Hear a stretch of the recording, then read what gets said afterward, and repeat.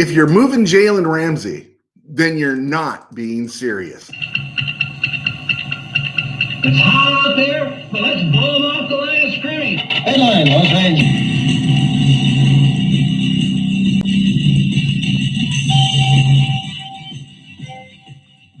Live from the Ram Cave, I'm Joe Terosian, and this is RamView, the 2023. Wow, it is the 27th of February, 2023, and this is RamView on a cold day. Hey, I just got back in the saddle.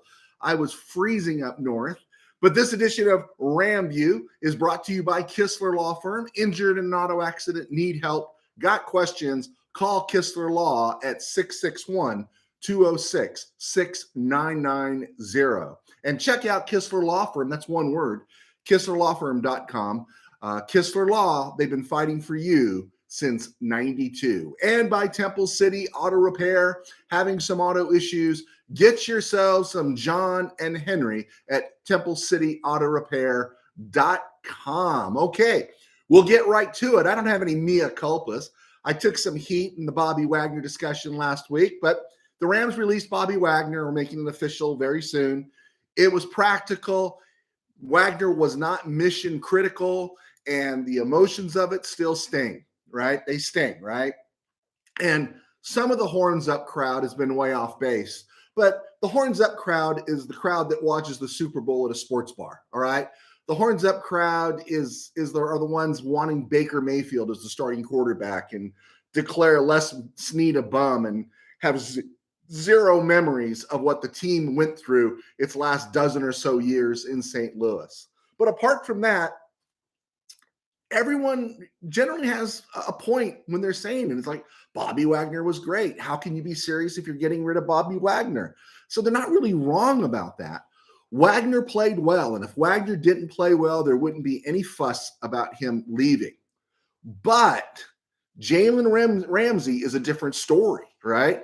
Jalen Ramsey is mission critical, okay? If the mission is to get back to the Super Bowl and into Super Bowl contention, then Jalen Ramsey needs to be on this team while Aaron Donald comes towards the end of his career, while the mileage is piling up on Cooper Kupp, while, how many times is Kelly Stafford going to let Matthew Stafford line up with his injuries, with young kids to raise, right? This is serious stuff. Jalen Ramsey is mission critical. And the window for moving him is real tight. I can see moving him, but if you're going to move him, you don't just need to get cheaper, salary cap, younger, obviously, but someone who can contribute now. And if that individual can't contribute now, then the Rams aren't serious about contending next season. And they're just selling tickets, and you're drinking Kool-Aid if you think so. And if their intention is not to contend, to not call it a rebuild, but a retool, I don't care. Blow the sucker up, but don't try to sell us that you're all in on winning in 2023. In fact, if you're going to move Jalen Ramsey and you're going to try to convince us that maybe a couple of number twos, a 2 and a 5th rounder are worthy of him, then you're not really serious about going to the Super Bowl. And if you're not serious, then why don't you see if Aaron Donald wants to go to Pittsburgh? Why don't you make that move? Let's blow it all up right now. So unless the specifics of a trade are nailed, meaning the Rams acquired not only somebody who's cheaper and younger, probably likely a draft pick, but someone who can contribute now, do the Rams really plan on going into next season with just Aaron Donald on defense, right? Because Wagner and Ramsey, that's leadership at every level. And don't try to sell me Leonard Floyd, right?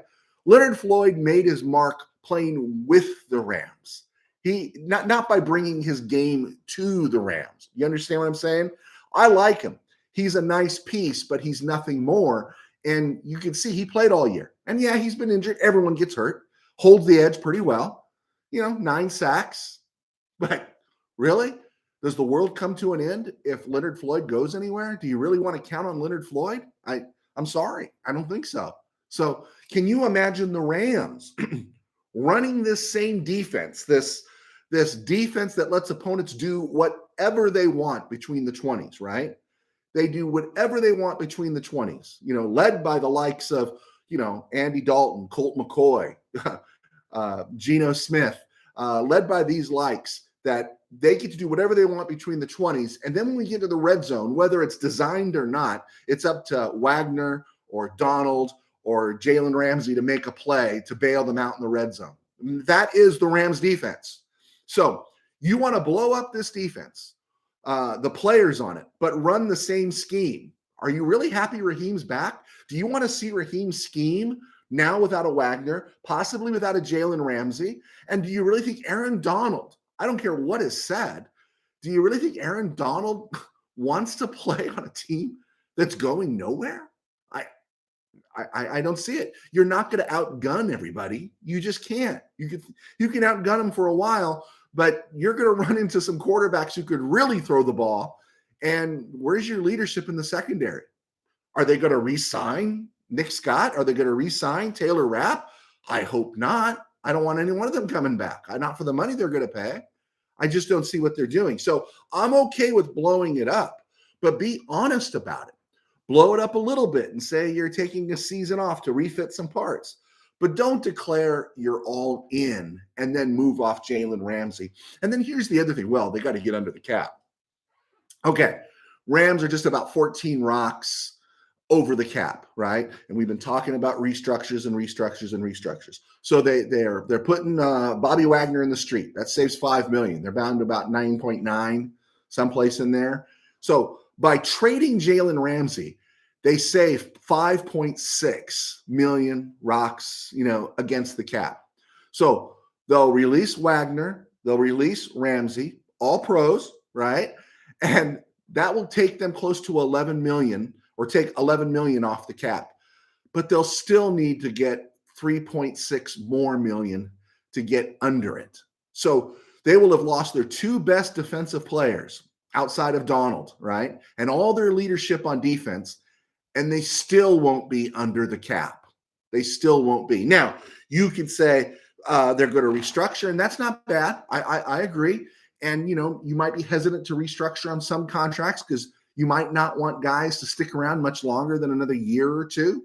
You don't know what's in the offing. And maybe they do have something in terms of get rid of Bobby Wagner, restructure Cooper Kupp and a couple of these other contracts, and get under the cap with money not only for the next draft class, but also to make a move somewhere for the team in free agency. Okay, I guess, but I just don't see, you're not going to replace Ramsey. I mean, unless you're getting something exceptional right off the bat, do you see trading Ramsey anything positive out of that? To me, it's a flag that says this season is a season of refocus or whatever you want to call it, but they sure ain't going to the Super Bowl, which is interesting because do you expect the Seahawks to repeat what they did this last year? I don't know. I thought the Seahawks were kind of stumbling down the stretch, and the 49ers don't have a quarterback. They have no clue what they're doing at quarterback. And I can understand if the window's closing or maybe wanting to close the windows, get rebooted for the next 4 years after that. But aren't you blowing a great opportunity right now? Arizona sucks. Are the Seahawks really going to repeat what they did last year? And the 49ers don't have a quarterback.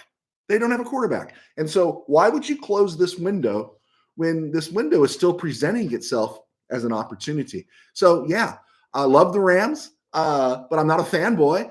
I'm not a fanboy that's just going to say, oh, they're just great all the time. I mean, when they make mistakes, they do something, we should say something. And I'm not going to be a fanboy that says, oh, they suck. They don't know what they're doing. I just want to see clarity. That's all we want to see as Ram fans. We want to see clarity, and that's where we're going with this one. So with that said, with the opening, I am Joe Terosian. I was 21 years as a sports writer. I was one of the founding members at Mid-Valley Sports, which covers the NFL now. My guys, Tim and Dwayne, they're covering the Chargers and USC football, and I moved on to other things. I write books now, and I pastor a church, and what I do is a sports doing RamView and writing books. You can find them all on Amazon. I do that to supplement my income as I pastor a small church in Burbank. You can find right here on YouTube, Burbank Faith Virtual. And so I support myself this way. as talking sports, writing books. I've written a couple of high school football novels, some dystopian Christian. Again, find them on Amazon. Take a look, make a purchase. Also, I have some short stories on Kindle. You can check them out. So I think that's the commercial. Is that the commercial? Okay, we got the commercial in. Working on some new mic stuff here. I didn't like some of the bounce back I was getting, and so kind of went to an old form here with the arm, and we're just trying to just make this better, right? Looking at some news around the NFL as we get to around the NFL. Old friend Michael Brockers, who gave the Rams about 9 really good seasons as a DT, had some exceptional years, had some average years. I always liked Brockers. That Brockers was trustworthy. He was cut by the Lions. He didn't play much this year, but and he is not somebody or a candidate for a return engagement. Okay, we love the Michael Brockers years, like Michael Brockers a lot, but yeah, no, we don't want to bring Michael Brockers home. It's not a Bobby Trees thing. Let's get like Robert Woods. Robert Woods still might have something in the tank. I don't think Michael Brockers does. The other couple other things that interest me, we're going to talk Lamar Jackson briefly here, but Carson Wentz was cut by the Commanders. Now, I love this idea. I do love this idea. If Baker Mayfield might have a bigger market than Carson Wentz, he just might. As I don't know if anyone's going to want to mess with Carson Wentz right now. I like Baker Mayfield, what he did for the Rams. I think the best thing for Baker Mayfield's career is to take a dirt cheap contract for 1 or 2 years. He had all of his commercials, his national commercials when he was with the Browns. He got some good money there. Baker Mayfield should think it's good for my career to hang around the Rams and Sean McVay, and I can get a rebirth. Maybe I could be the bridge guy when Matthew Stafford retires. Not a bad idea, 1 year, 2 years to do that. But if he's thinking he doesn't want to do that, then another guy that might be kind of cool to bring in on a dirt cheap, pay you nothing contract, why not Carson Wentz? Not as a starter, but as a guy that can win a couple games for you when Stafford has to sit out a couple games, right? I like that idea. I'm not really interested unless you're going to spend the draft capital. We've talked. I've seen everything from Hendon Hooker as a draft option for the Rams. He's projected to go late 3rd right now, to Tanner McKee, the Stanford quarterback, who might go late 2nd. I like them both. If you're not going to get one of those guys, then I don't mind bringing a guy with a lot of mileage and starting experience and letting them play quarterback for us for 2-3 weeks, maybe 4 games a year. We're playing a 17-game schedule. We're starting a 35, 36-year-old quarterback who spent 12 years in Detroit.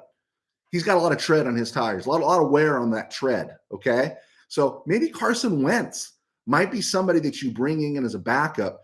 I'm just really sick of the Rams going on the cheap for backup quarterbacks, and maybe they can bring him in and see, hey, man, take a year, sit back, be there when we need you, but kind of collect yourself and maybe reboot your career. So that's something to think about with Carson Wentz.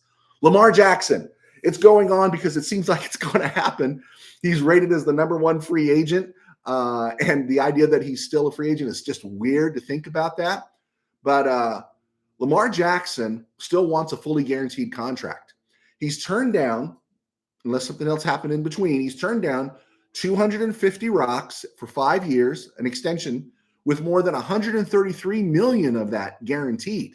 That's not a bad contract, right?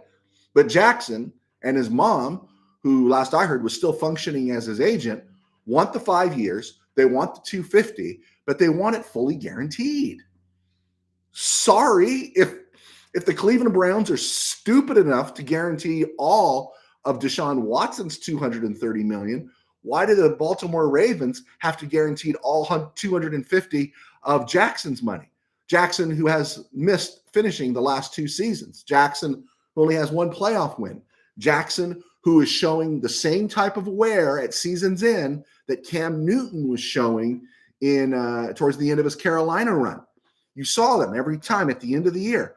He was beaten up. The reason Jackson gets beaten up is because he plays his butt off.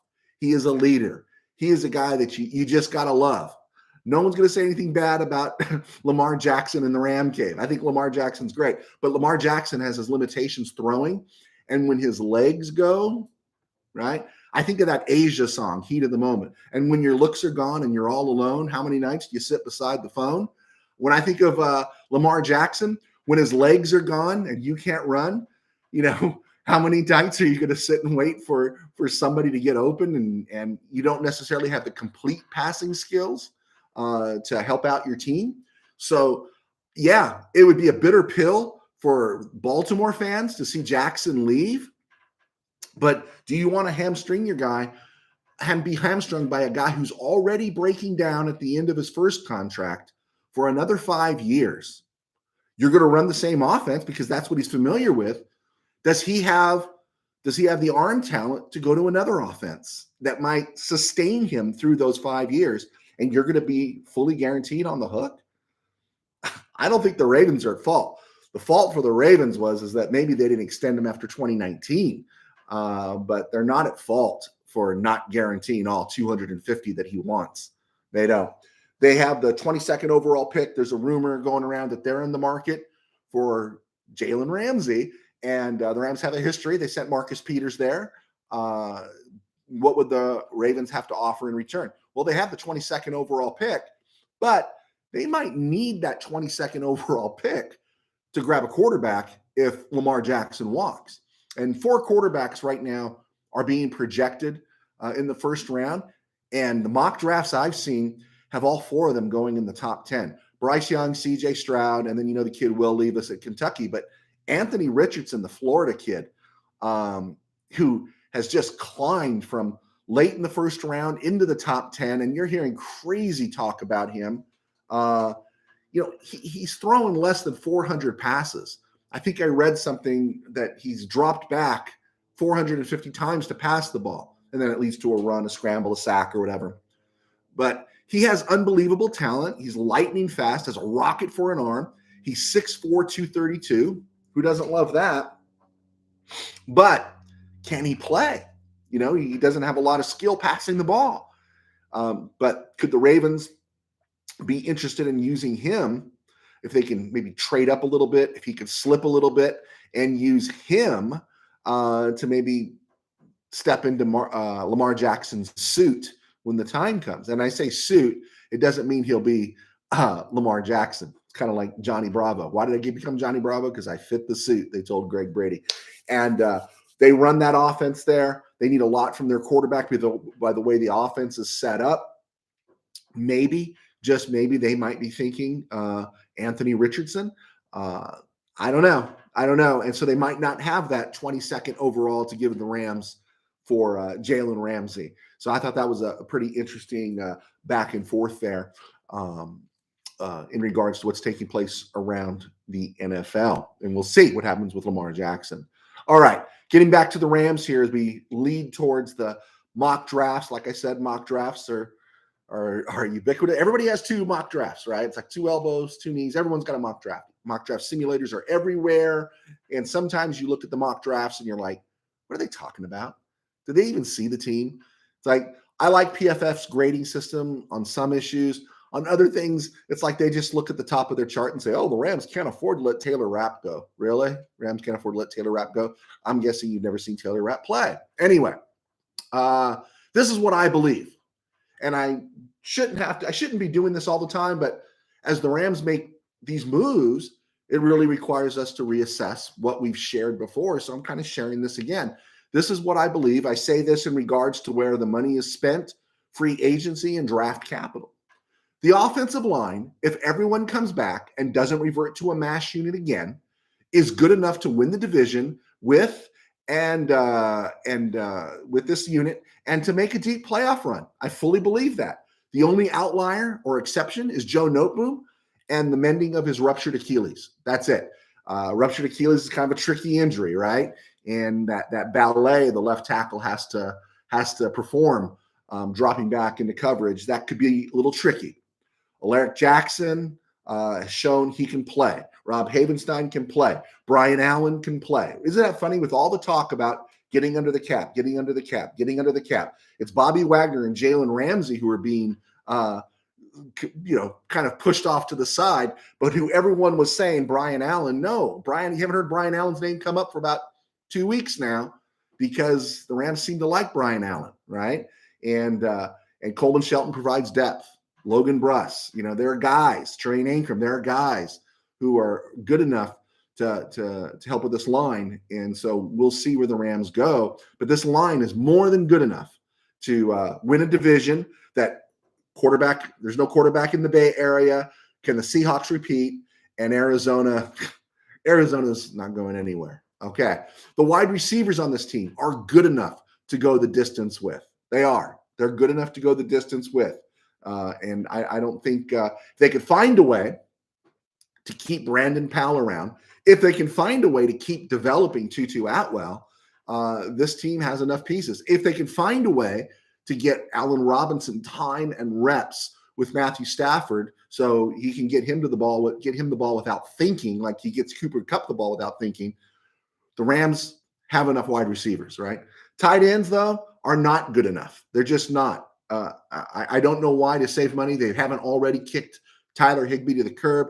There are plenty of tight ends in this draft, and you need to go another direction. Higbee's going to be 30, costs too much money. You can move on. The team still needs help on the edge, right? That's the bigger issue. You don't mess around with Jalen Ramsey. You got Ernest Jones to take Bobby Wagner's spot. Someone was sharing Wagner and Ernest Jones played similar amounts, kind of. I posted it on another site. Someone made a comment. Wagner played about close to 1,100 snaps. Jones played a little over 700. It's about a 400 snap difference between them, and Jones will pick that up. So the Rams are kind of okay there. They could use depth at corner. Whether or not Jalen Ramsey is traded or not, they need some depth at corner. And they've got guys in at safety they've drafted. Jordan Fuller's still there. Russ Yeast, Quentin Lake, and we know how the Rams work at safety. And they could use an off-ball linebacker. They could to back up, because really Traven Howard, Christian Roseman, Jake Hummel, it wouldn't hurt to have an off-ball linebacker. But this team can win. This team can win right now. Maybe it's not good enough to win the Super Bowl, but it's good enough to win the division. And as of right now, we don't know what they're going to get in the draft. We don't know what's going to happen. And they're good enough to make a run in the playoffs, right? Get a victory in the playoffs, and then you never know what happens. Reading the draft stuff, I saw the link on one of the social media sites. 8 linemen the Rams should be watching at the Combine. And I was laughing because 5 of them we've already talked about. Florida's Osiris Torrance, John Michael Schmidt of Minnesota, Darnell Wright, Tennessee, Cody Mock, North Dakota, Steve Avila, TCU. We've talked about those guys. A couple of the other ones are tackle Matthew Bergeron, Syracuse, DeJuan Jones, tackle Ohio State, and Luke Weipler, Ohio State, who climbed into the mix. But I thought that was interesting. We've already discussed those guys, most of those guys here.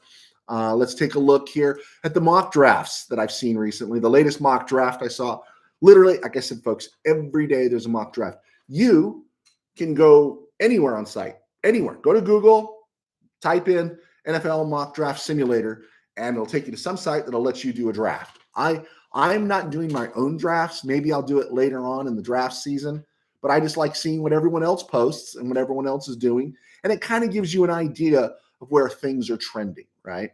You have the Bears, a lot of good talk about the Bears trading out of number 1. I think that's a great idea for them to do that. A lot of talk of them taking an edge rusher or a corner. I think they need to do better than that. And all the things kind of play out. Bryce Young going to Houston and CJ Stroud going to Indianapolis. Those are pretty consistent things you see in the mock drafts. So I picked it up at number 6 because I made a comment, and I understand. I'll admit it. It's reaching kind of high. I don't know if Jalen Ramsey is exactly worth a number 6 overall, but if the Rams were going to trade him and get back somebody who can play this year, then yeah, it has to be somebody inside the top 10.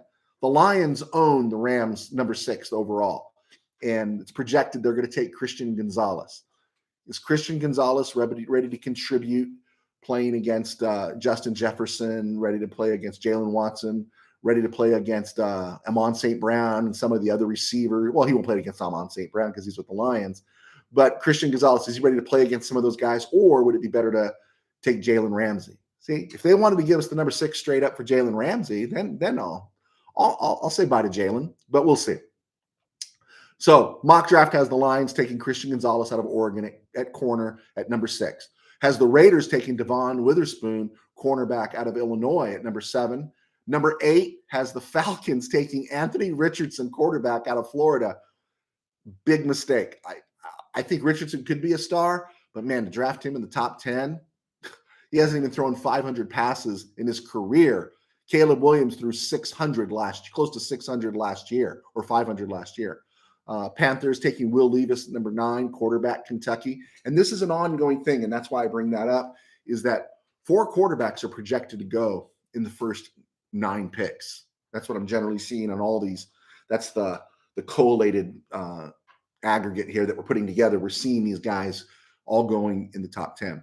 In the second round at number 36, this latest mock draft has the Rams drafting an edge out of Georgia Tech, Keon White. I thought that was interesting. It's the first time I've seen his name. But I wanted to see who was still on the board as, everything kind of, again, comes together, and so you get a better idea.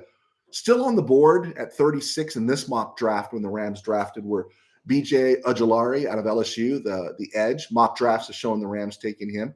Maisie Smith, interior defensive lineman at Michigan. I haven't seen the Rams projected to grab him, but I'm always open to a run stuffer. Keely Ringo, cornerback at Georgia. Emmanuel Forbes, other mock drafts have had Emmanuel Forbes at cornerback out of Mississippi State being taken by the Rams. The one I thought was interesting that was still on the board when the Rams selected in the mock draft at 36, Luke Musgrave, tight end. He'd fit the bill, right, out of Oregon State. And the first off-ball linebacker I saw was the kid out of Clemson, Trenton Simpson. He was taken about 41 overall in this mock draft. So he was still on the board when this mock draft happened for the Rams. He's 6'3", 230. He's great in short coverage, would struggle in zone, which means he would struggle with the Rams. But I love that size, 6'3", 230, and he could run a little. In the third round, the Rams at number 69 overall were projected to take Tyler Steen out of Alabama. So we got those things taking place there. It's just fun to bring out these names just so they become familiar. I know for me when I'm studying the draft, and there's 1,000 names you look at, and your team has 1 pick, right? Especially if you're the Rams. And so you're looking, and then a familiar name goes, oh, they took that guy. When the Patriots took, was it Cole Strange last year? It's like, oh, hey, I know that guy. And that's when Snead and McVay busted up laughing when the Patriots took him so high. So we see those names, right? We knew as Ram fans who Creed Humphrey was, and some of us haven't gotten over it, and kind of knew who Dwayne Eskridge was, but the Seahawks took him before the Rams took Tutu Atwell. So we know those names. So that's why I like going over the draft before, as we get into it, just throwing those names out so they sound familiar, and they might cause you to go to your draft book or your draft guide and let you see who's available. It makes the draft that much interesting. I love watching every round, every pick in the draft. It's one of my favorite things to do after the first round. I thank the Rams for not having too many first-round draft picks, because the first round of the draft is absolutely the most ridiculous night of the year for the NFL, and they don't even know it, rolling out the red carpet and asking all those stupid questions, and every player is playing for his dead great-grandma or dead great-grandpa or something, and they all have a sob story, as if not everybody in America doesn't have a story that can make you cry. They do, and we got to hear about it in the NFL first round like it's the Academy Awards. I still watch it, but I don't really dive deep until day 2 with the second and third rounds. That's when it gets kind of fun to me, and it gets interesting. I really don't like the glamour or the Hollywoodification of the NFL draft, but the NFL, they are controlled by their corporate people who are scared to death of offending anybody, and the KBM, the Kiss Butt Media. So we got to let them have their moment. We'll just take the football. All right, so cool. As we head to the 30-minute mark, we're getting ready to get out of here. I want to thank our sponsor, Kistler Law Firm, KistlerLawFirm.com. Check that out. If you got an auto accident or an injury or just a question, give them a call. or check them out at kisslerlawfirm.com. And also Temple City Auto Repair, John and Henry. No one does a better job locally in Temple City than John and Henry. Okay, folks, God bless. Take care. And I would never tell you to pray about football, but keep a happy thought that the Rams come to their senses, kick a couple of other players to the street, and keep Jalen Ramsey, because I like it better when the Rams are competing. All right, take care. God bless. Thanks for watching RamView.